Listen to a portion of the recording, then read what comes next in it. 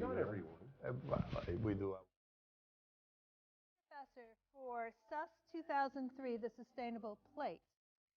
I would first like to welcome you our very own president of GW, Steve Knapp, who's in his 10th year as GW's president, and he and his wonderful wife, Diane Robinson Knapp, who happens to be a registered dietitian, have really put food and food policy issues high up on the GW agenda. And so I thank him tonight for his great leadership and for always being a part of this class.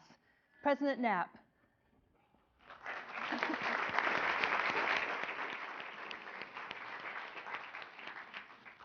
Thanks very much, Kathleen, and ladies and gentlemen, good evening. It's a pleasure to welcome everyone to tonight's lecture and panel discussion, which this year opens the GW Food Institute's course, The Sustainable Plate. And I'd like to extend a special welcome to the students who are taking the Sustainable Plate for credit. The course is led by Dr. Kathleen Merrigan and is now in its second year, and it brings together faculty from a wide range of fields to study such topics as sustainable agriculture, the obesity epidemic, and the social impact of what we eat. The course is actually a successor to The World on a Plate, which Chef Jose Andres first brought to the university in the spring of 2013. I'd like to recognize tonight's panelists who will be discussing the theme of the interconnectivity of the Cookstove. They are Rich Leach, the President and CEO of the World Food Program, Dr. Mary Ellsberg, Director of the GW Global Women's Institute, and Radha Muthaya, CEO of the Global Alliance for Clean Cookstoves. And now it's really my pleasure to introduce, as I've done and have the privilege of doing many times in the past, Chef Jose Andres. An author, an educator, and owner of Think Food Group. Oh, here he is. Chef Andres is best known to the Washington community as the owner and creator of a remarkable suite of innovative restaurants, Jaleo, Oyamel, Zaitinia, Minibar and Bar Mini, Chinachilcano, the popular food truck Pepe, and right in the heart of our campus, his fast casual, vegetable-centric invention, Beefsteak. But he's also known both here and around the world as a passionate advocate for eradicating hunger, improving nutrition, and educating all of us about the pervasive importance of food in human history and culture. Chef Andres is the chair emeritus of DC Central Kitchen and the co-chair of LA Kitchen, organizations that combine job training with the promotion of healthy eating. When the terrible earthquake struck Haiti in 2010, he founded World Central Kitchen, which focuses on issues of poverty and economic disparities around the world. Last March, he was part of President Barack Obama's delegation on the president's historic trip to Cuba. In June, he received the Hunger Leadership Award from the Congressional Hunger Center. Here at George Washington, I'm delighted to say that he serves as my special advisor on food issues and has been a valuable partner as well as an inspiration for our Urban Food Task Force chaired by Diane Robinson Knapp. We have also benefited, as we will again this evening, from his skills and insights as a powerful and eloquent teacher. Chef Andres was named Outstanding Chef by the James Beard Foundation in 2011, and in 2012 was featured on Time Magazine's list of the 100 most influential people. In 2014, he gave a brilliant and moving keynote address at our commencement ceremony at the base of the Washington Monument. On that occasion, in recognition of his many accomplishments, we had the pleasure of conferring on him the honorary degree of Doctor of Public Service. So, ladies and gentlemen, he'll be interviewed now by Kathleen, Chef Jose Andres. Thank you, sir. He's the best PR I ever got. Stand up. So stand embarrassed. Up. Come on, we're going to get right up close to the class here. By a show of hands, how many of you are currently enrolled in Sustainability 2003? Who didn't show up? Give me names. We're taking now. names. We're taking names. So welcome. This is one of two public classes that we're holding this semester. The next one's going to be on March 29th. And there we're going to focus on the role of chefs, increasing role of chefs in food policy. And Jose will have some good friends joining him on stage. Now, I want you also to know that tonight's lecture is sponsored by the GW Food Institute, which is one of 11 centers and institutes that are part of what we call the GW Sustainability Collaborative. And the person who oversees all of our research institutes and centers, Dr. Leo Chalupa, is here in the front row, our Vice President for Research. Hey, Leo, thanks for coming. So it's a real honor to share the stage with Chef Jose Andres, my great friend. But I also want to recognize a couple of our other instructors that are in the audience. David Rain from the Geography Department. Raise your hand. David's one of the faculty members. And then I have Michael Fernandez, who's a senior fellow with the Collaborative in the front row. Ariel Kagan is an instructor in the course. She's in the back. She's our seafood expert. Is Dr. Joe Glauber here by chance? He had home, and Kim Robin from the Milken Institute School of Public Health is teaching a class this evening, so she can join us. But the idea here is that in our core sustainability courses, we have people from various disciplines come together because we sort of think about these big sustainability problems in the world are going to take people from different disciplines working together to come up with the right solutions. Let's see, what else am I supposed to say?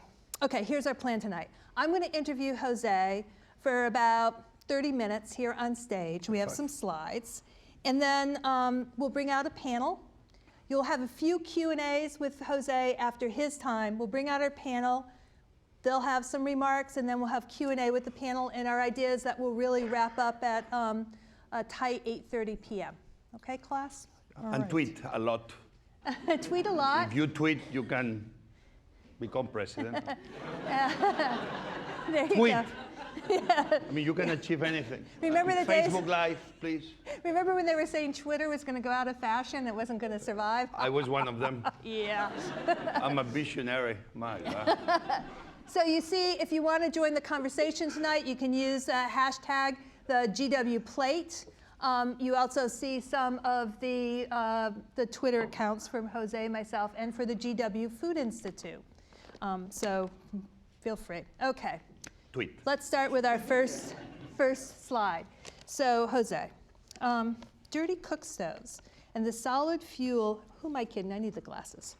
Used for cooking and heating homes is often referred to as the world's deadliest environmental problem. But in the US, we're not really talking about this much, and we don't have it as a problem here.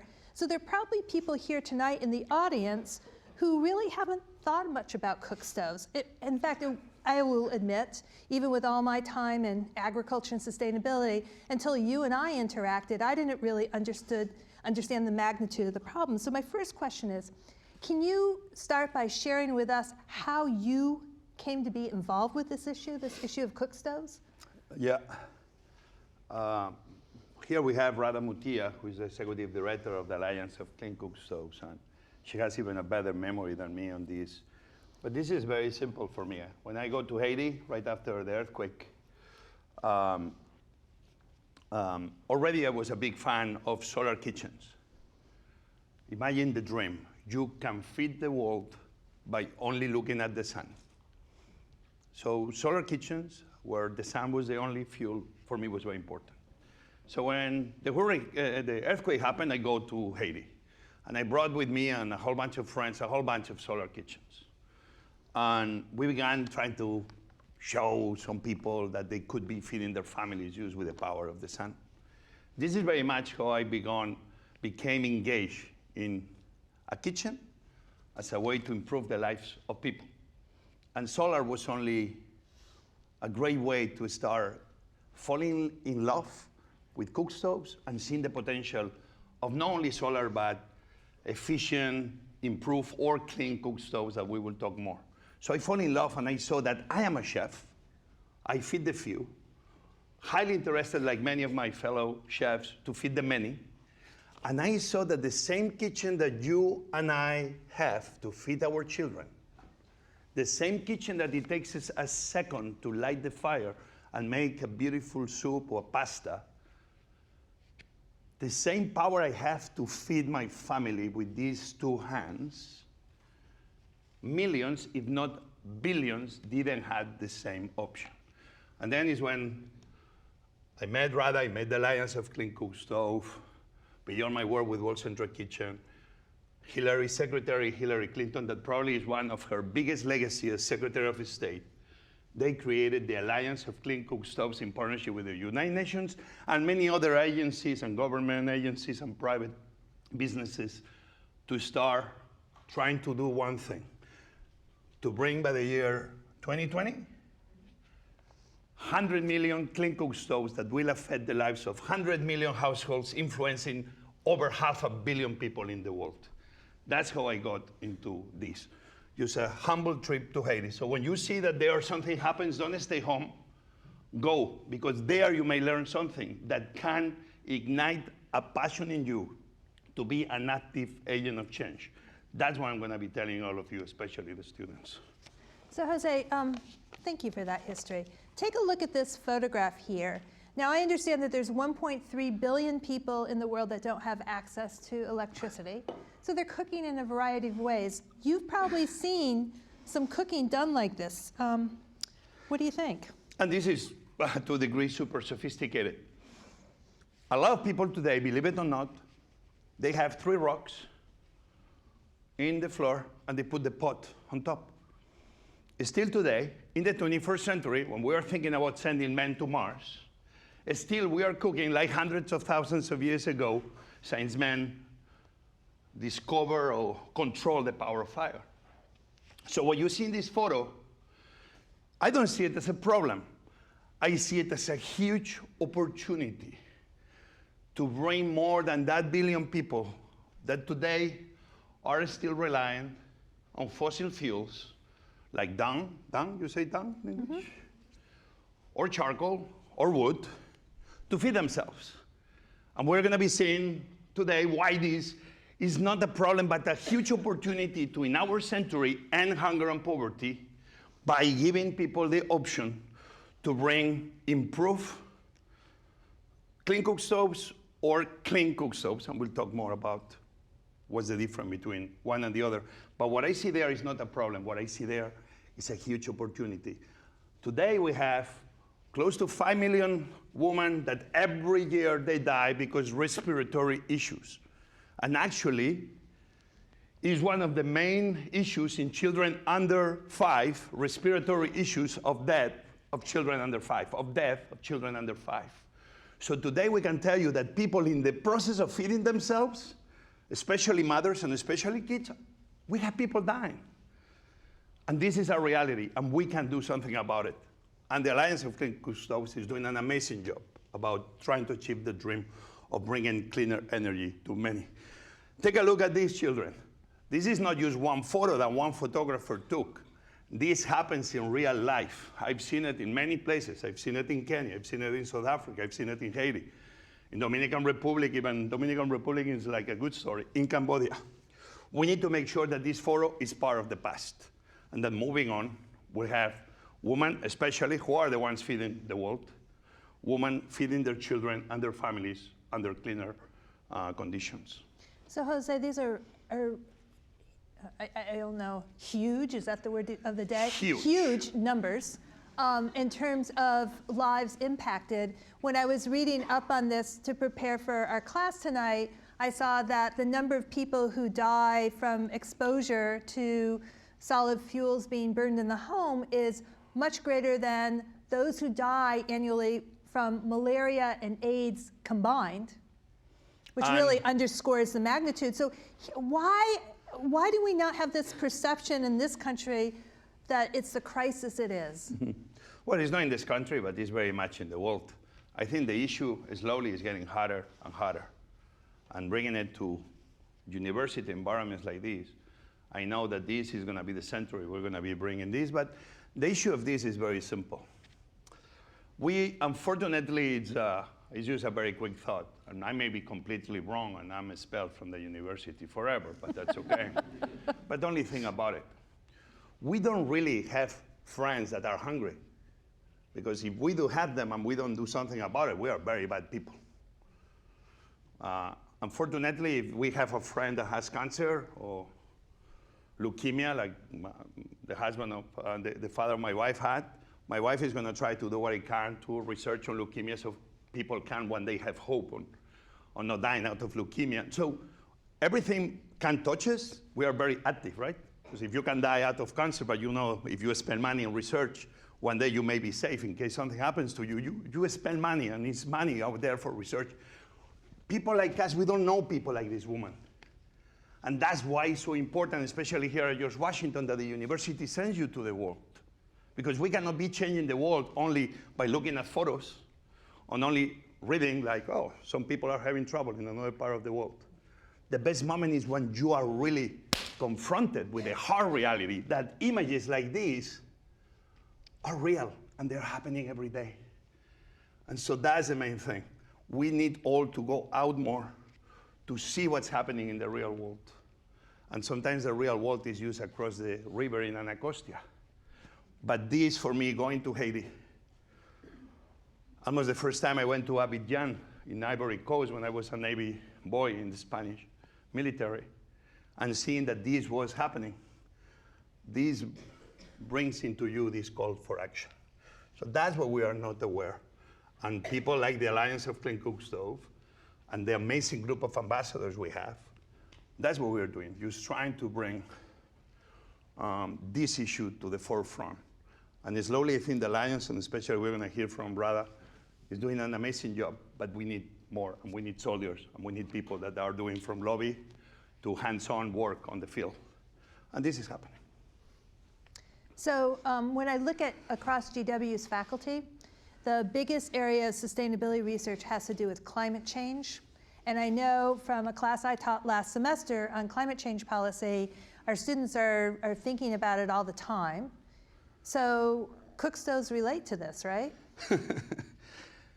Cookstoves are probably at the heart, right, left, center of this issue. And I know we're going to have an administration that they believe enormously on climate change. Well, how they believe is another talk, but they believe in climate change. That is a hoax. So I was in Galapagos last year in an expedition with National Geographic. I was scuba diving with sharks in one of the most amazing places north of the main Galapagos island called Darwin.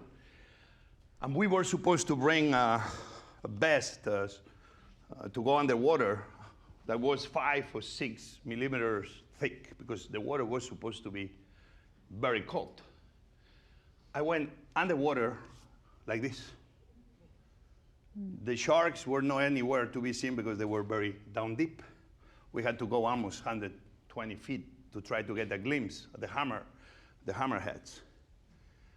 When they tell me that climate change is a hoax and you go to a place like Galapagos that you are supposed to be under freezing conditions, and all of a sudden you look like you are in the Caribbean, I don't know data, but just my body is telling me we have a problem. These emissions, these kitchens, you need to remember, people, even if poor people, they only have 1 meal a day, we're going to very soon have 9 billion people in planet Earth that we have to eat every day. We cannot, I wish I could not eat for a month and lose weight, but our bodies are so prehistoric. You know, I wish I didn't put fat, but people have to eat. In the process of eating every day, the amount of emissions people using charcoal and wood are enormous. So for the people that believe in carbon emissions, the clean cook stoves are, again, at the heart of an amazing solution. That's why we need to be doing more in bringing clean cook stoves. So wood, lots of wood. Mm-hmm. These are some people carrying wood, a lot of clearing of land. And that creates problems, right? This photo, is this photo from Haiti? Yeah. Is this one of mine? Yeah. It's yours, or is mine? Yeah. It's yours? Nate! Yeah, it was too good to be mine. Nate Mook, a great friend, a guy that has an organization that they do what it took you so long. They go around the world telling the stories that nobody seems to be interested, but they are at the forefront. So they may be in Haiti with a chef like me, or they may be in Somalia trying to help the government to talk about democracy. So thank you always for being there for me, Nate. The photo you saw with the children, I think what we've been doing very good at this class, and you've been doing an amazing job, is understanding that every issue has many different angles and connections. You can never try to solve one problem without looking at the other ramifications, because trying to solve one problem alone, you may be creating 5 other problems. So you may be brilliant in solving one, but if you are creating 5, I'm so sorry, I don't want you near me. So what you saw there is children carrying wood. We can spend all the money we want in trying to improve young girls' education worldwide. But if these young girls have to spend half hour, 1 hour a day, or 2 hours a day, walking 1 hour, 2 hours for water, and working 1 hour for wood, what education are they going to receive? So the Clean Cook Stove, in an amazing way, has everything to do with education. We want to improve education worldwide. Clean Cook Stoves, in a big way, can be also part of that solution. We will be able to free young girls from spending numerous hours with things happening to them being alone in the wild. Not picking wood will mean more time for education. At least that education can be hopefully a better future. So believe it or not, Clean Cook Stoves equals, for young girls around the world and children, better education. That's amazing things that sometimes a photo is the stories that we don't see, but they are very, very deep, very profound. All right, let me continue on your thesis then about interconnectivity of issues. So here you go, Chef. Here's the challenge. Can you connect deforestation, this photograph, and the culinary arts? Great. I love it. Like, she's organized with the questions because they always have an answer, and sometimes my brain doesn't click on the answer, and I'm like, "You're a very good question, Professor." So we've got some Are you erosion. quitting? No, I know the answer. So I think we already very quickly touched women's health, children's health. Are you with me? A kitchen improves the health of millions of people a year. Huge. Already a kitchen improves the time that a girl can dedicate to proper education by minimizing the amount of time she spends gathering for wood. Are you with me? Also, Clean Cook Stoves, a family in Haiti can spend between 20 and 50% of their salary in charcoal. Do you imagine that you had to spend 50% of your salary on gas to feed your family? You will not even have a coat or a glasses or that fancy bag. You don't have a bag, but whatever, make it. So it's savings. Then they cut the trees when they are too poor to buy charcoal, or they cut trees to make charcoal to sell it and make a business. But you cut trees when the water comes, especially in the tropical areas. Water signifies, equals life, right? We should be celebrating, wow, water. Well, when the water comes and there is no trees, there is no forest, the water comes down, sliding down the mountain, like trying to make it somewhere. On its way down, it's taking away homes, it's taking away lives. Happens. I've seen it. I've been in a moment with big rains in Haiti and seen everything was destroying. Takes away the topsoil, the soil that is supposed to be producing the next great harvest.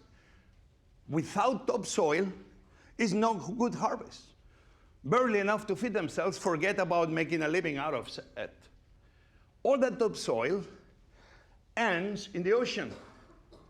And what happens? The soil makes the ocean dirty, especially near the coastline. What happened? No coral, no reefs, no fishing industry. I could argue that when all these things happening, it's not even tourism. So all of a sudden, a cook stove, the same kitchen that I have a profession with, is the problem of everything that happens around the lives of many people around the world. When actually, when we bring a clean cook stove, well, through LPG, gas, or improved cook stoves being a kitchen that, while using charcoal or wood, because it's engineered better, uses much less quantity of charcoal, improves the usage by sometimes 60, 70%. All of a sudden, with a clean cook stoves, the mothers are healthy, the children are healthy, the children receive proper education, the local economy becomes all of a sudden successful because people save money that they can spend in the betterment of their lives. They don't cut trees, forests began growing.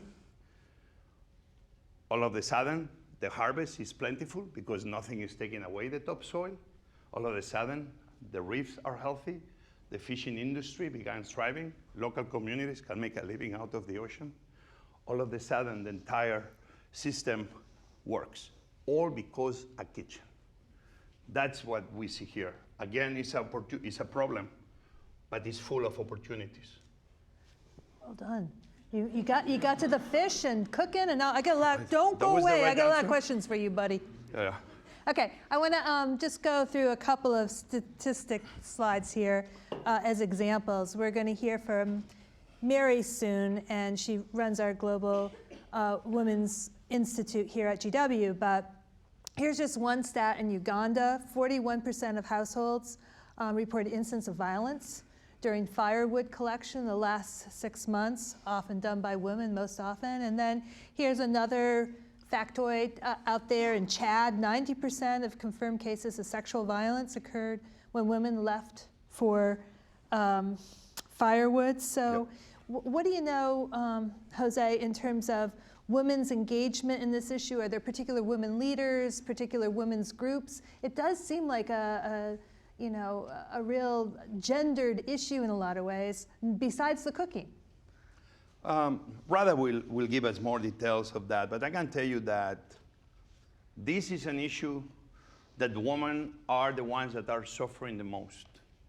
But also I see that women are going to be the ones that are going to be moving this forward, one community at a time.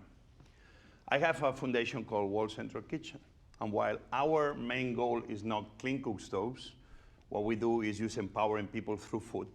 You cannot argue that this is very close to my heart, and everything we do will always be with improve for clean Cookstoves. So one of the things we did was partner with a local company, a local organization called Switch in Haiti, and over the last year and a half, we've changed 150 schools from charcoal to gas. The woman working on those kitchens, woman without education, but hardworking, full of a spirit, they somehow, every one of them are becoming our best ambassadors. You need to understand that sometimes to make people change from charcoal to gas, I'm still scared of microwaves. And I've been 35 years of my life cooking. People sometimes culturally, they even may be afraid of changing from something like for them is being normal to gas. I've seen women telling me, I am too scared to cook with that thing. Even when their daughter will be in a near restaurant working and cooking with gas. But still the mother will have a big challenge. No? But women are going to be there at the forefront, at the individual level, and then obviously through, and this is probably what Radha is going to be giving us a lot of light, of amazing organizations, very grounded in communities, that we're going to start seeing change. One of my personal little projects for next year, for this year, with Brian McNair, my executive director, is that those schools that are the heart of the communities, that we are able to do this change from charcoal to gas in the school itself. I want there to have like the little shop. Already this is happening in places with a lot of success. But me, I want to be doing it in those communities, building a shop that I can sell the same kitchen for household use, but also with a micro credit entity that can give them the money, because it's a big expense in their life. It's almost not close. It's almost like buying a car. Can be a very expensive proposition. And also the support in case a piece breaks. So I want to create the school as the heart of the community, where through one school at a time, where all the parents come to pick up the children, where they see the improvements we're doing in the schools. Could the same school be the center of trying to sell that idea and start getting more and more and more households, one community at a time, changing from charcoal to gas? So these are photographs I pulled off of your Haiti page in the World Central Kitchen. Tell me a little bit what I'm seeing here. Decode this for me. This is everything the Alliance of Clean Cookstoves is working for, and how they are at every level policy trying to change. Take a look, the photo on the left. That's the reality in many places around the world today. Again, hundreds of millions of people. This is their reality. That woman you may not see, but that woman has burns in their hands, in their feet. They have to work longer hours because charcoal takes longer. They have to light it up. All of a sudden, take a look at clean kitchen. You know what people really celebrate sometimes? It's not the kitchen itself, but they love to work in a clean environment. That's why we put some money on the side to paint every kitchen. Oh. Because sometimes the image of coming into something like looks new and clean, it's so powerful. It's gives such a good model. Like the women are happier used to bring their family to show them the new clean environment they are working on more than the kitchen itself. So there what you see is the past and the present in many places. And what you see on the right is the future that the Alliance of Clean Cookstoves is working to. And I do believe we can one day create where every single place looks close to the photo on the right. That's what the Alliance is working to. So this photograph, and you've already mentioned your work with school children, but I had to show this because it's just so fun. You are passionate about these children and using schools as your line of first defense, first instruction, yeah. I suppose. I think that was one of the trips I took my daughters. They are 17 now, 14, 12. And for me, it was very important to be bringing my daughters because I wanted to see. I think we all have to be doing a little bit of that. For me, the best I can do for my children is not trying to blind them away from the real world, but by showing them the real world is out there. I think the best way we're going to be creating better communities is by really having this honest conversation for everything, for immigration, for building walls. So what you see there is a guy that believes in building walls. I want to build more walls than anyone, that even president-elect wants. But the walls I want to build are used slightly different. I want to build walls that have beautiful kitchens, that women can work in safe environments. I want to build walls that are beautiful schools. I want to build walls that are beautiful dining rooms. I want to build walls that are great hospitals. That's the difference. We all should be working toward building walls. It's only the difference, what do you do with that wall? So here's a picture of you with one of your solar cookstoves. And here's my question. So I've read about these, and they have mixed reviews. I am totally, like you, all about solar, and we're really proud. President Knapp led the effort to have GW participate in a contract that led to the construction of 3 solar farms in North Carolina that puts 52 megawatts of green solar energy into our regional grid. We're totally all about solar. But some of the feedback I hear about the solar cookstoves is that, well, you can't cook at night, and that maybe they're harder to cook with than other kinds of stoves. Now, I don't really know because I have a very nice gas oven in my home. But what can you tell us? Again, some people can point at this and say that's a problem. Me, I only see it as an opportunity. We have to be bringing so many kitchens, and we have to be feeding in the future so many millions of people, that sometimes you need to let the free market establish what the best kitchens are. I like only to work with solar sometimes, even. All the people that make solar kitchens, I'm like, they're Indiana Jones, and they use me everywhere in their web pages. I am in everyone, I'm there. But that doesn't mean I'm endorsing only those kitchens. It's some kitchens that I love, that they are the ones I go, but because I am the ambassador of the Alliance of Clean Cookstoves and we have a lot of partners, everybody has to have the first chance to let the best kitchen win. In this case, competition is a good thing because you're going to have different organizations trying to build the best possible kitchen that one day is the one going to be feeding the world. But we need to understand that the issues in South America are maybe different than the ones in Africa or different in the middle of the Gobi Desert.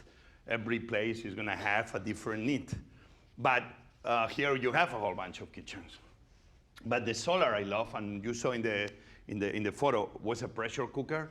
Because I was working so hard in trying to make not so much the solar kitchen good for other people. I was trying to make it better for me because I like to cook at home with it.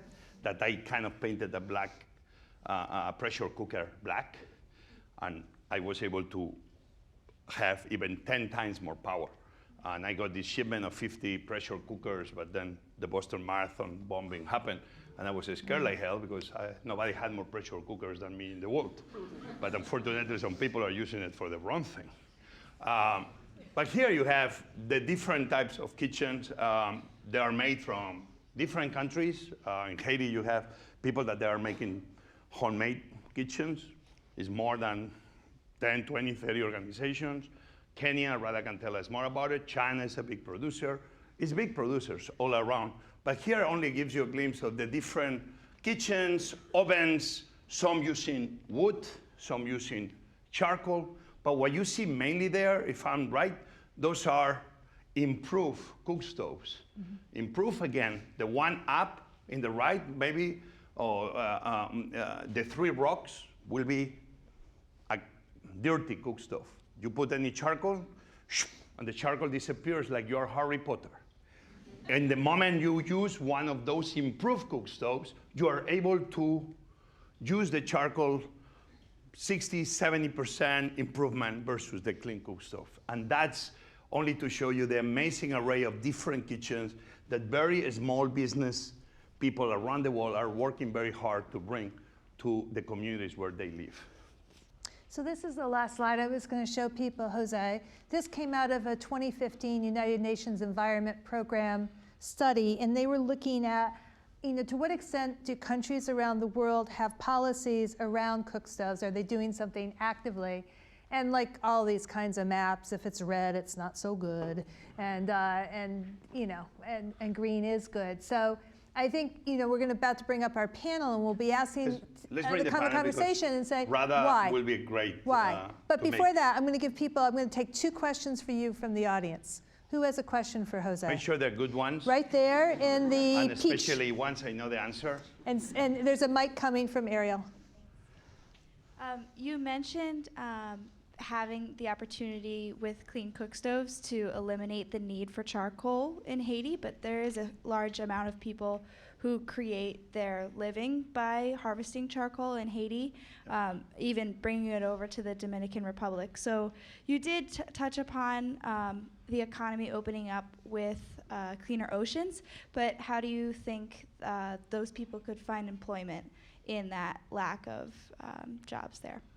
Great question. Obviously, nothing will happen overnight. And I think the answer is almost right now in the States that as factories more and more are relying in all types of machines to don't have to have so many workers, and machines are being replaced by men. To the degree, if you think about it, it's the same thing but going back a few centuries in places like Haiti. La Española, or Hispaniola, that island, is such an perfect example of what can be the problem, solution, opportunity. We saw what happened in Dominican Republic. They were using charcoal exactly the same way Haiti. But if you use Google photo, you are going to see that Dominican Republic is beautiful and is green. And I don't know numbers because I'm not a good guy on numbers, but I can guarantee you 95% of the island is working on gas, on clean cookstoves. So one will be almost pure politics, pure policy. Why Dominican Republic was able to do it 30 years ago, and why Haiti today has no one tree left and is still very far away from showing true success. So if we need to learn from what Dominican Republic and other communities around the world that they've done it successfully.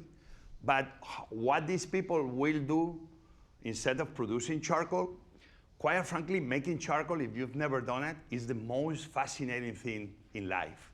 I've been with my daughters helping families making the charcoal. It's amazing. It's just pure science. It's beautiful. But it's not making them any richer. It's only making them survive another day. What can we do to not only make them survive, their father and mother, but their children in the years to come?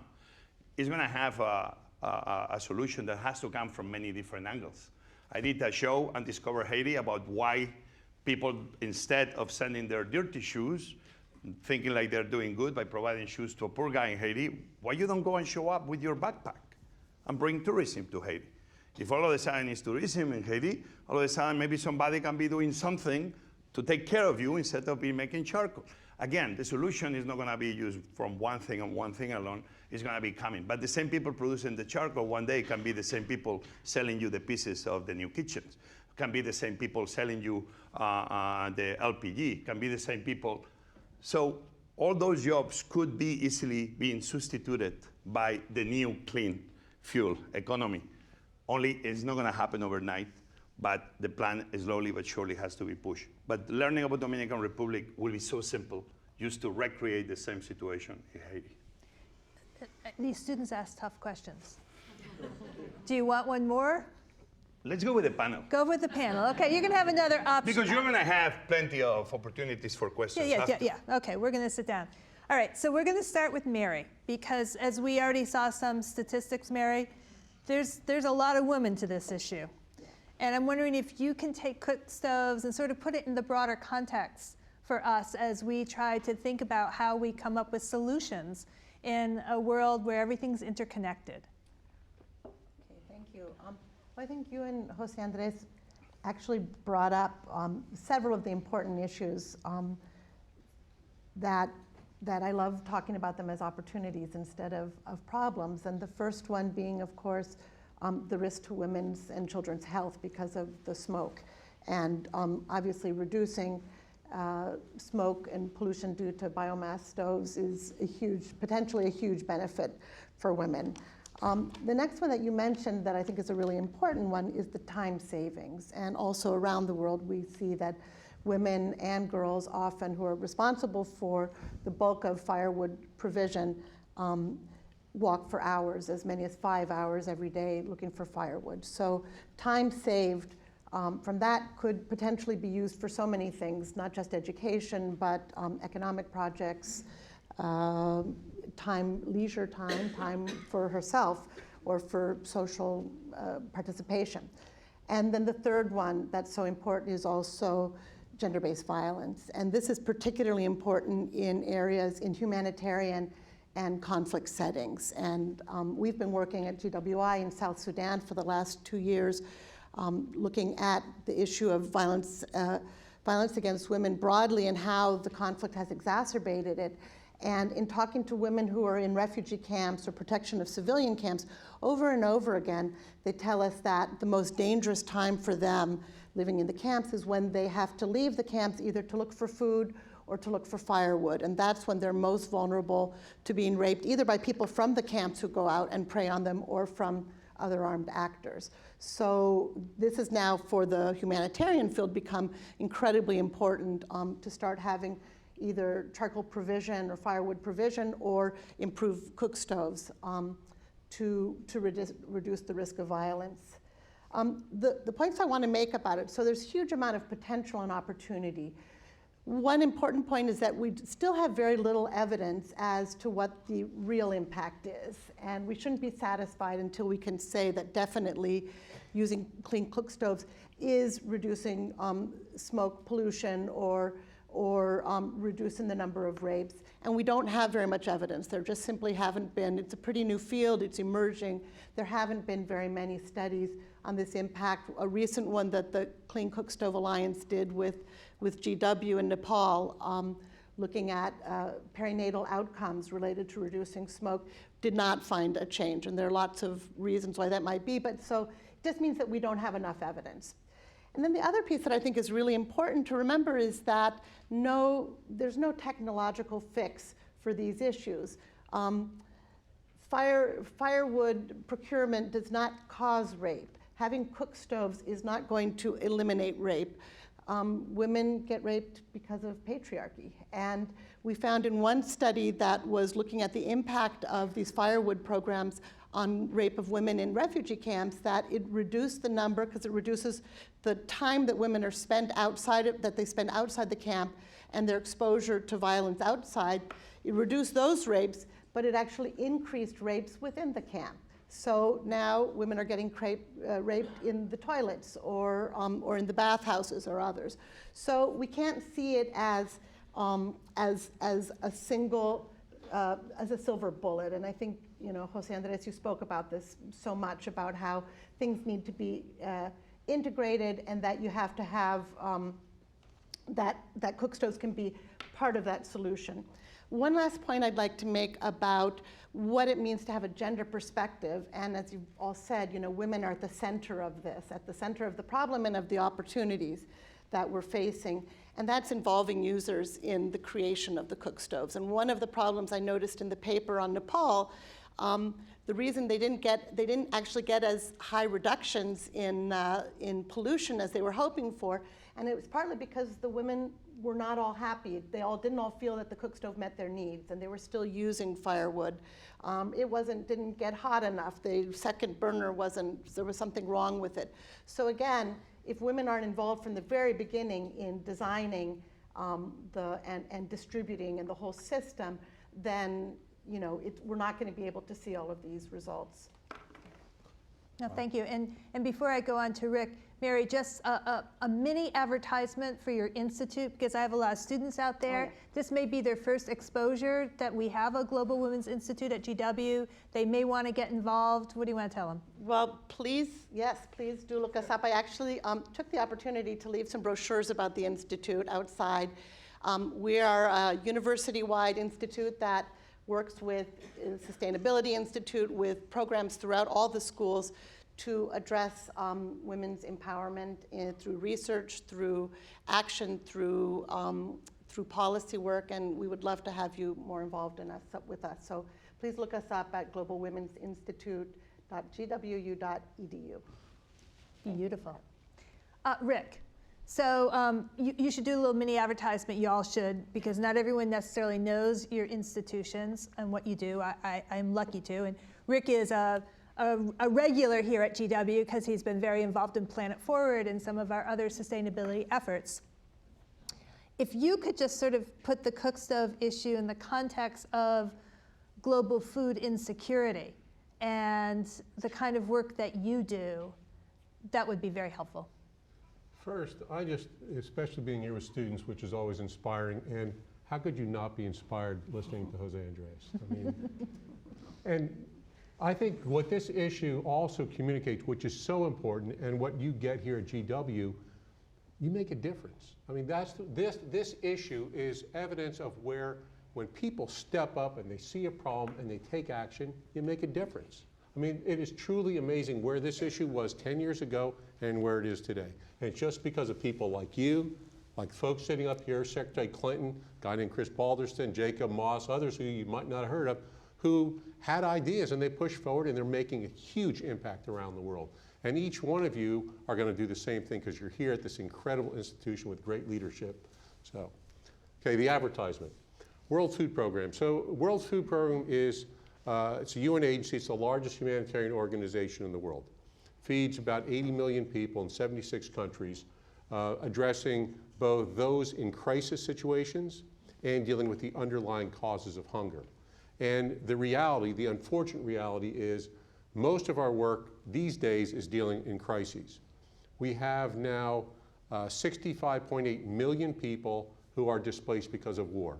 It is, last year we used to say, there's not been more people displaced since World War II. Now, January 2017, we unfortunately will say there has never been more people displaced by war, period.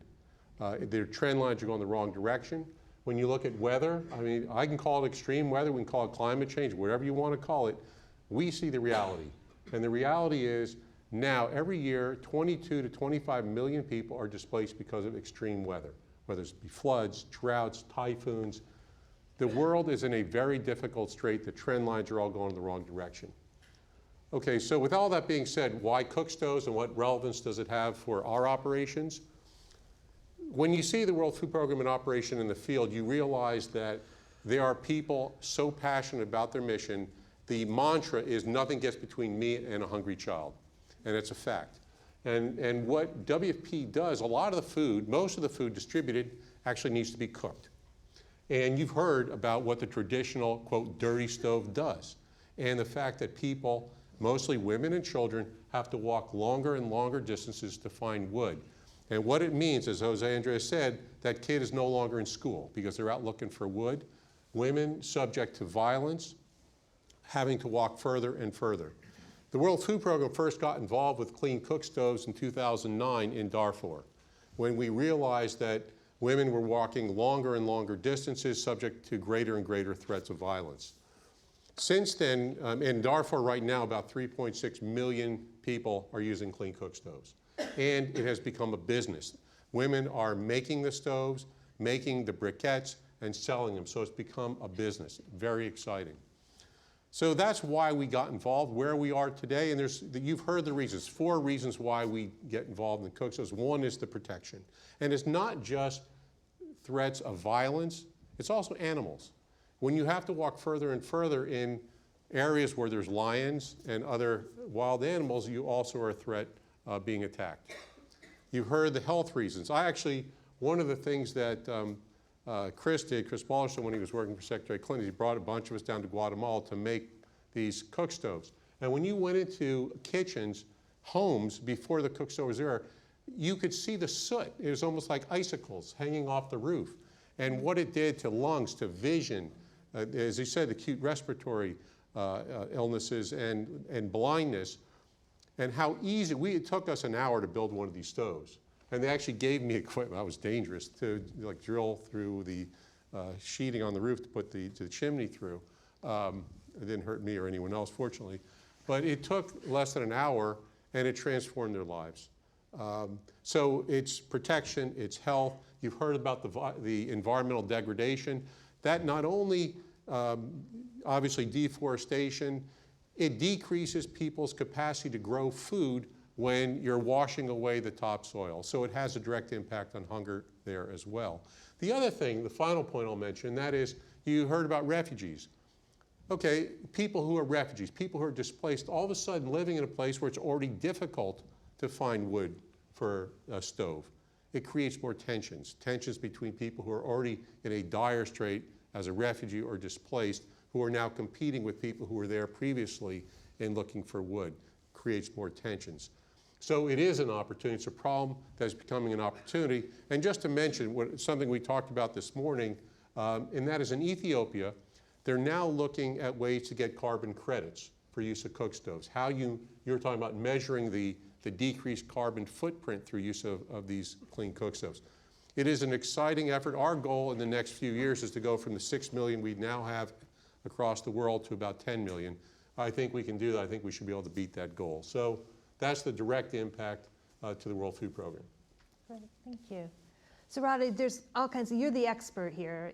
Jose's kept looking at you, and I know you're the expert. So tell us what other things you want us to know. But one of the things that's on my mind is if I'm changing out this cook stove to a clean cook stove, and clearly there's a variety, but if I'm a government, or if I'm the World Food Program, or some sort of international aid organization, what's the actual cost? I mean, what I'm hearing from Mary and everyone here is, there's some parts of its culture and adaptability. There are a lot of issues, but some of it's just got to be plain old dollars and cents, and I have no sense of that. Well, thank you, and thank you for all of you for being here today to hear and learn a little bit more about cook stoves and how it can impact development and the environment. So a few questions you raised within that one. So, you showed one slide that had a variety of different types of stoves. There are hundreds of different types of stoves available in the marketplace. Why is that? Because they've got to meet the needs of the local population in each of these areas. There are differences in fuel, differences in price points, differences in affordability, differences in what fuel might be available in the winter versus what might be available in the summer. So there are a whole variety of different reasons that have now contributed to this growth of the number of products, if you will, in the marketplace. Now, the price range is anywhere from a couple of dollars, depending on the material and the type of stove and the level of efficiency and cleanliness, to $80 for a double burner gas stove, that might be available in different areas. So there's a wide range in price points.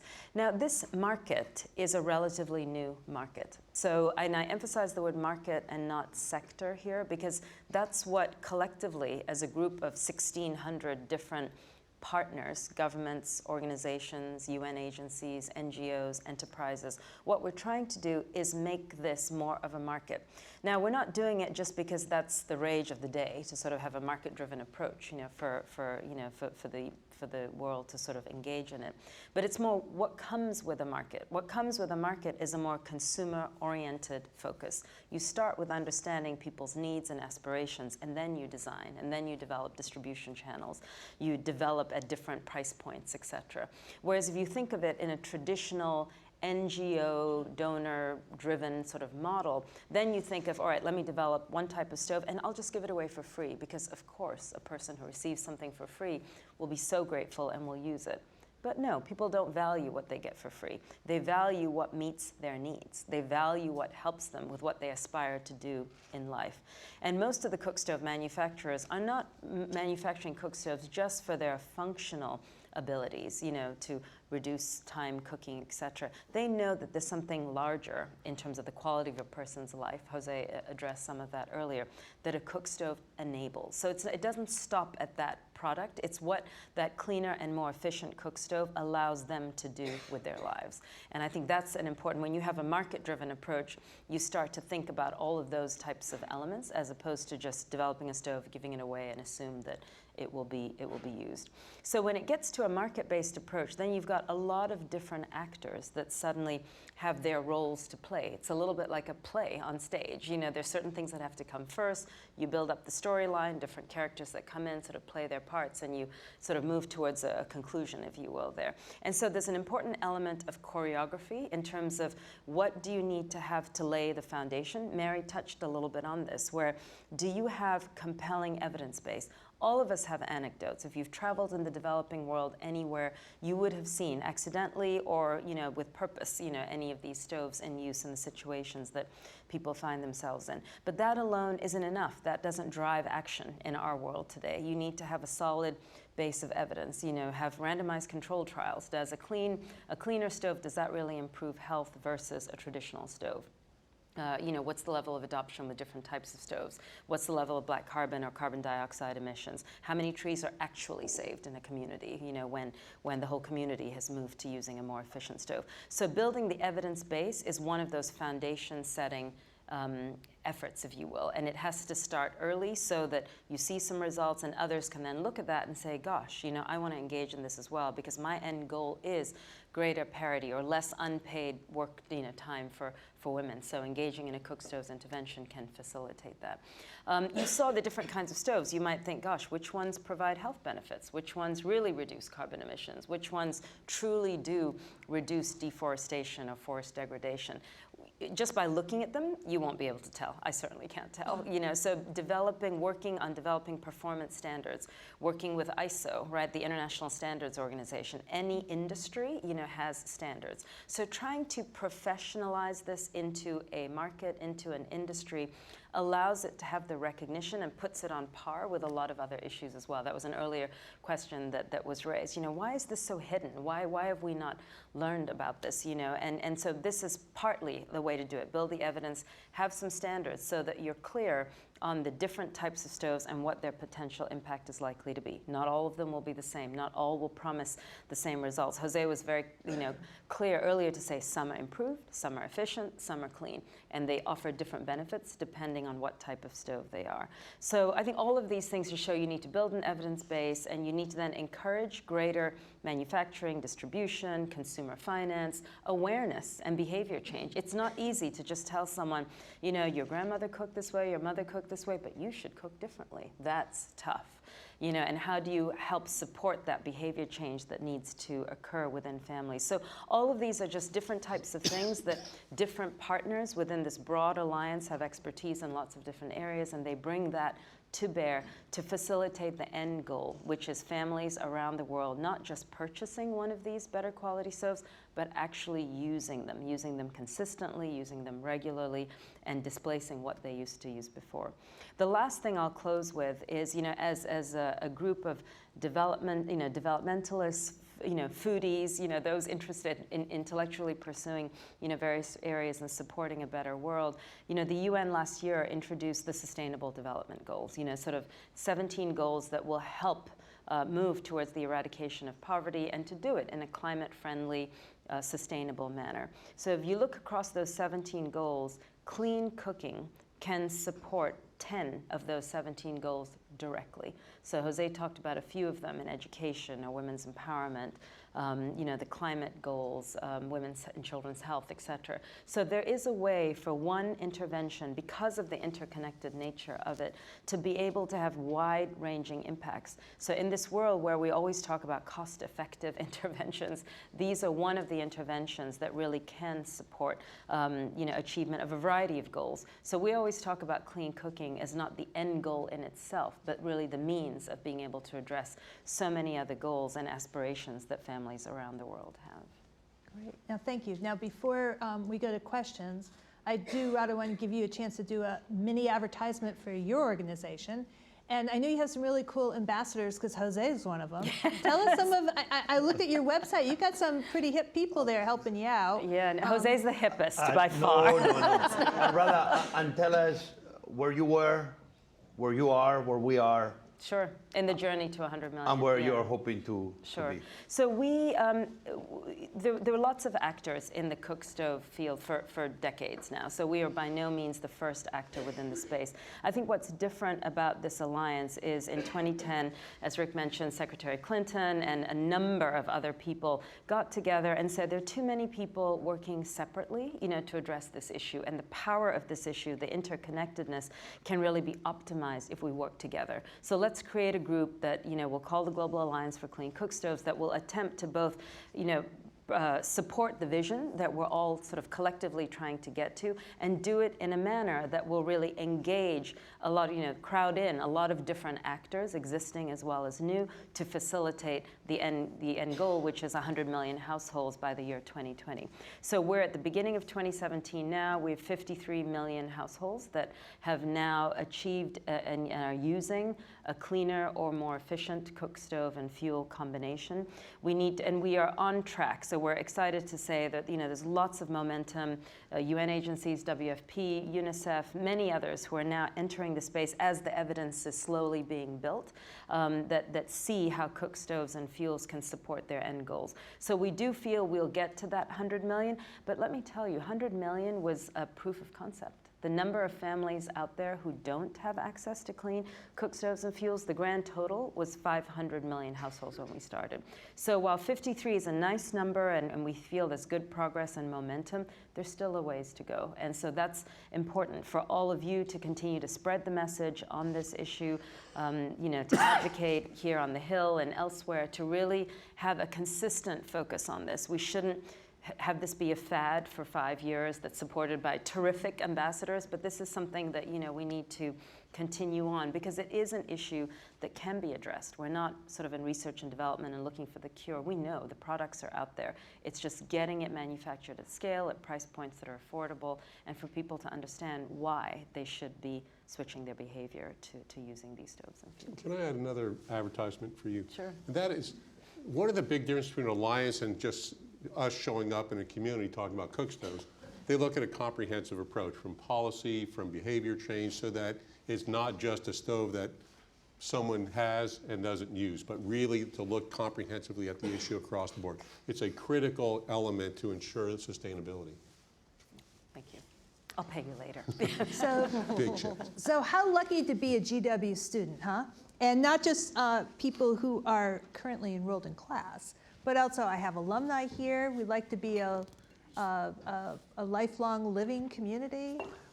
People in the community here who are just friends. I got 4 great professors up here on the stage. Lots of expertise. Who's got the first question? Now, I've got a lot of questions, but I'm going to turn it over to you and give you a chance at it first. So what you think your questions? Already we got one. I want very quickly to say, you don't know, as an American boy I am now with an accent, and as a 47-year-old millennial, every time I go to a country and I see the World Food Program being active in those communities is amazing. Gives me always a lot of hope that it's a lot to do. Unfortunately, I hope you'll be out of business very soon one day. Thank you. I'd Sorry, love to be. but I wish you out of business. I'd rather be at your But restaurant. always fills me with hope seeing the work that you guys do around the world. I've seen it in first person, and it's amazing. And Radha, thank you very much, because really the team you have is amazing. And if one day, guys, we end having a kitchen in every household, is because the amazing work Radha has done. You see how she speaks. She's very, you see how passionate I am, right? With passion, sometimes you don't achieve more than engaging some people. But you need methodical work, systematic work, organized, knowing who to talk to, understanding policy. And that's what Radha and her team do amazingly well, beyond being engaged on the field. So thank you very much, Radha, for your leadership and the amazing work you've been doing all these years. Yeah, thank you. So All right. work, you can clap to them too. What happened here, right? All right. So we have our first question. The woman here in blue. The mic is coming down your way. Thank you, Jenna. Jenna Riemenschneider works for the Sustainability Collaborative. Okay, so you were talking about building a market for Cookstoves, which is I think that's a great idea. And I was just wondering if with that approach, it seems like there would still be people who are left out inherently. And I was wondering if you have a plan on addressing those people and what that might be. Sure. Do you want us to take questions as they come up? Sure, yeah, let's. Sure. It's a really important question, and it varies country by country. So what we try and do in each country that we're engaged in is initially sort of a segmentation of the customer base. So an understanding of, their what income they have, how close they are to cities, what their everyday life looks like today, to better understand sort of how a purchase and use of this cook stove would work, or how to be able to market or build awareness and change behavior, because it would vary from customer segment to customer segment. You're right that there are those who are extremely poor, extremely vulnerable, marginalized, who are collecting firewood and, as Jose said, cooking over 3 stones, because this concept of purchasing any kind of fuel or stove is just so remote, and far removed for them. So there are a couple of ways that we address that. So in some cases, governments have very specific subsidy programs that target the poorest of the poor. And so part of that, we would say that, we would look at how do you ensure there's enough product available in the marketplace first to be able, with scale, that would bring the cost down to something more affordable. Often that will get you from one customer segment to another. So you're starting sometimes with those who can afford, even though they're below the poverty line, and then with scale production, reduced costs, you're getting to more and more people who then will be able to afford it. For those who absolutely can't, then as part of the government outreach and subsidy program, Cookstoves may be a part of what they're providing as well. So the market-driven approach, it does not mean that every single person, has to be able to pay, to acquire that particular stove or fuel. What it does do is it provides choice, it drives scale, it can do all kinds of things that make smart subsidies, a little bit more likely as well.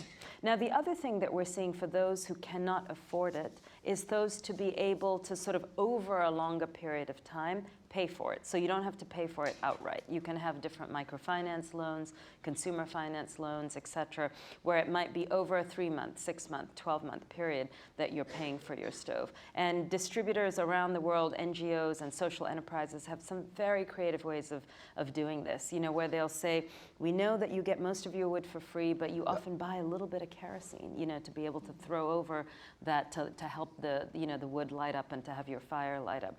We want you to just save whatever it is, a penny or 2 that you may have put towards the kerosene in this little box. We'll come collect it, 6, 7, 8 months from now, because we see that you're not going to have to buy as much of that kerosene, with what you have. So there are different schemes to be able to sort of support financing for those who may not initially be able to afford it.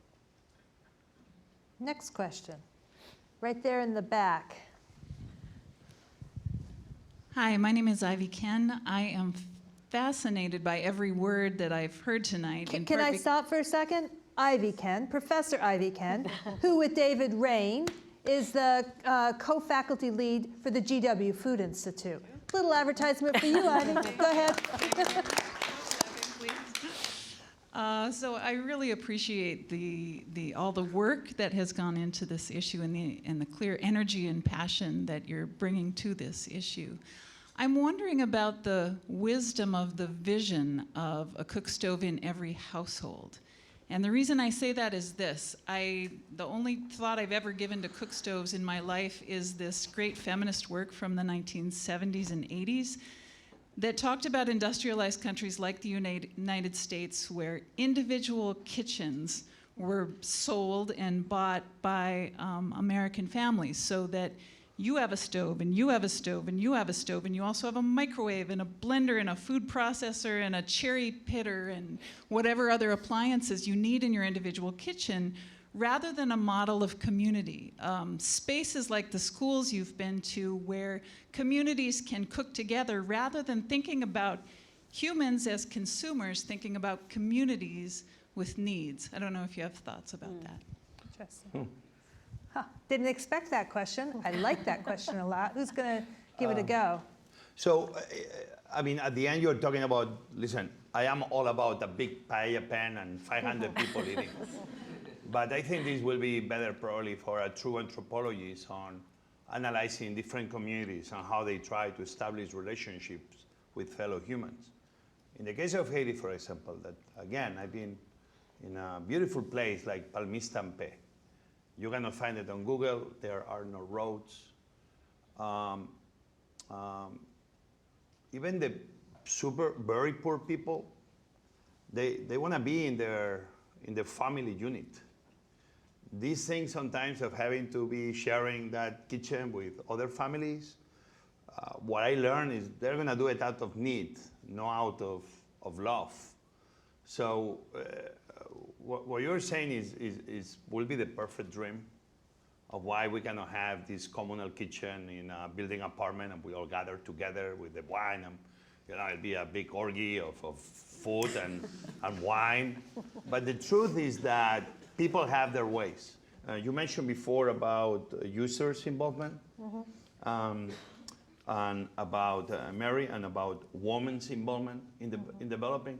You know the typical, the white man mentality, I'm gonna come to impose on you what I think is better for you. I was in one camp right after the earthquake, and I was cooking, I think that day for almost 1,000 people. I was so happy I made this black bean soup. And a group of the women, after 6 hours working, come to me and tell me, you cannot serve the soup this way. I'm like, well, why? I'm making a soup. No, this is not soup. This is a sauce. And we don't like skins. And we want you to pass the beans through a sieve. So we had to be getting a USAID, a World Food Program, rice sacks, and break it and pass it through there for feeding 1,000 people because they wanted a soup that was as good in a French restaurant. Me, I was giving them the best soup I made. But the way they ate it is not the way I was serving it. So they were telling me, even that was the first meal they had in 3 days. They were telling Jose Andres, the chef, how to prepare the soup.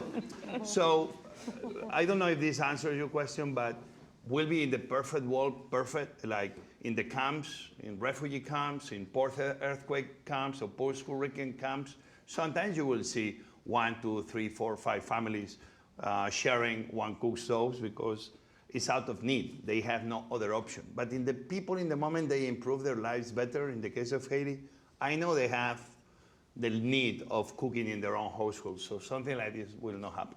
What Radha said, every environment, every country, every neighborhood, every continent, they are not all created equal. And what may be working in one place may not be working in other. It's examples of some community sharing kitchens in India, in Nepal, but other communities, they don't like the let's share with them families. It's not natural in them. They want to be doing in their own family unit. And so something like this will not be happening sometimes because we cannot be changing, even if sometimes will be logical if you think so, but we cannot change sometimes the ways people want to live their lives. Even the poorest people, they have the right to live their lives in the way they want, not in the way we're dreaming they will live their lives. And I think what's also interesting, just to add to that, is by taking more of a market orientation, you'll meet the needs of how people in a particular area would prefer to cook or would aspire to cook. So I know even though our mandate is more household level cooking solutions, through the course of the last few years, we've gotten so many requests for what are called institutional stoves, right? So in schools, in in some joint communal kinds of settings, et cetera. So they don't want the smaller stoves; they want something larger that can feed many more, as well. So in that sense, when it's a market, those who are producing those stoves will gravitate to the needs of those communities and customers and be able to, develop whatever makes most sense, in those circumstances as well. Something similar also we found is that in some cases, women want to cook with their friends. That's the only time they've got a few hours during the day that's their social time as well. So what that's translated to in some communities is the portability of a stove. So you cook inside if it's raining, etc. You need to do something just with your own family. But then there's it's sunny, it's nice. You want to cook with your friends. You're making palava sauce in Ghana, it's a lot of pounding, it's a lot of, you're going to stand there for 6 hours. So instead of doing it in the seclusion of your home, wouldn't it be great to be out there with friends? So sometimes the portability, becomes a functionality that consumers are asking for. So it just depends. And I think that is the beauty of sort of taking a more market-centric approach, is you're really designing for the need and aspiration, of that particular community or segment. I have a question right over here. Right there. There have been a couple of comments about how we're in the really, we're in the really early stages of the research on some of this, and yet there seems to be kind of a lot of certainty about where the research is going to end up when it finally gets there. I'm curious, is there a danger in some of this of kind of putting the cart before the horse, and also what's it kind of like to navigate this space when we're in such kind of early stages of the research? Thanks. Do you want to talk about the evidence, or? Well, for one thing, I think, yes, there is the problem that it won't necessarily have all the impacts that we're hoping for, and I think that's something we need to be watching very closely. On the other hand, there is a lot of evidence that it does, for example, reduce, used correctly and used always, for example, it can reduce household pollution a lot. So or it can increase efficiency of the stove. So some of those things, the intermediate sort of indicators, those have already been, I think, proven pretty well. Yeah. Now, it comes back to the issue is it going to reduce gender-based violence? Is it going to reduce respiratory infections? Is it going to mean that more girls are studying or in school? It could be. We hope it would be. And I think that comes back to my point that unless we think of it in a more holistic way and we think about changing, for example, gender dynamics within the household and women's access to decision making, the fact that she has more time doesn't necessarily mean that she's going to be able to choose how to use it. So that's where I think we need to be really mindful of working towards these more complex solutions and impacts, and making sure that we're not just, imagining these, silver bullet technological fixes. Can I say, if you want to scale to the degree that we're talking about scaling, you need more data and more evidence. But we do know certain things. It's kind of like the FDA will fast track certain medications if you know it's having an impact, even if they haven't fully researched all elements of it. We know it requires less wood. We know that it takes less time because it's less. We know certain things. Yes, perhaps it's anecdotal, perhaps not the evidence base that's necessary to get support to go to 100 million tomorrow. We know it's having an impact, and it's good to continue the efforts that are underway. The institutional stoves in schools, seeing the impact there. So we know it's being successful. We need more data to get it to the scale we want it to be at. And it also just depends on the level of precision, that you're trying to get to. So we look at impact in 4 different areas. So impact on women, their time, their agency, empowerment, broadly.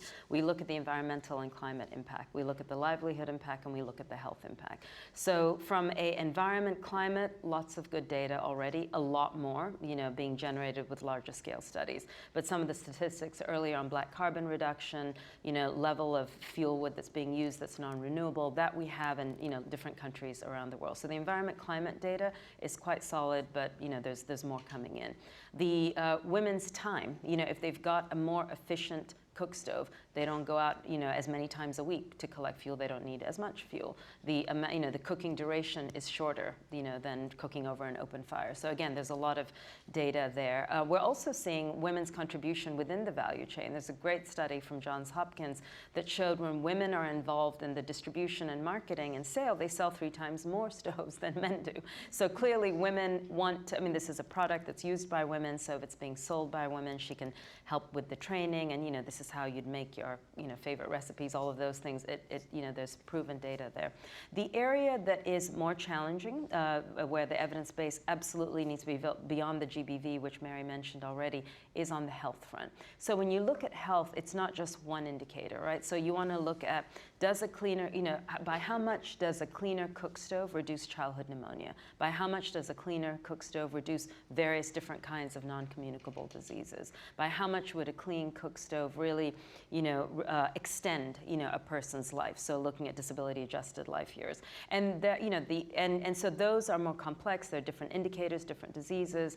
There are things that we call exposure response curves. So how much of a reduction in smoke exposure will get you how much of a benefit, if you will, in terms of improved health. So for those, yes, you've got to have multiple different research studies. The health research studies take a long time, given that you're measuring health over a period of time. So those, you have to wait for those results to come in. So on the health front, I think there's good initial information. We need more, to be able to really address how it impacts health. So what's it like to operate within that environment? You have to do a few things simultaneously. You have to take a few bets. I talked earlier about the importance of commissioning the research. That was one of the first things the Alliance did, which is we knew we needed to build the evidence base. It would take a while, so you need to start with that. But as you get almost interim findings, you've got to run with that. Some will work for you, some won't. The final results will be a little bit different, but you've got to test and learn. And that's, again, with the market-based approach, you're testing and learning and sort of modifying as you go forward. And the impact at the economic level, at the family level, at the community level,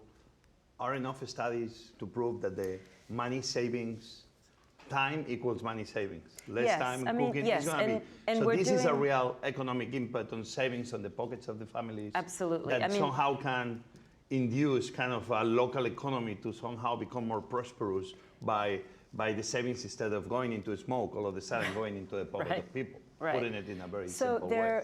There are quite a few, those in urban and peri-urban settings are already spending money on buying their fuel. Charcoal's not free, kerosene's not free, gas is not free. So there are already people buying these. So there are lots of studies that show when they've moved to a more efficient stove, there's less money being used to purchase that charcoal. So that we know. There's an immediate savings. There's immediate time savings. We're definitely studying and looking into how do women spend that time. We have good smaller studies, et cetera, but you need rigorous larger ones, and so that's what we're looking at as well.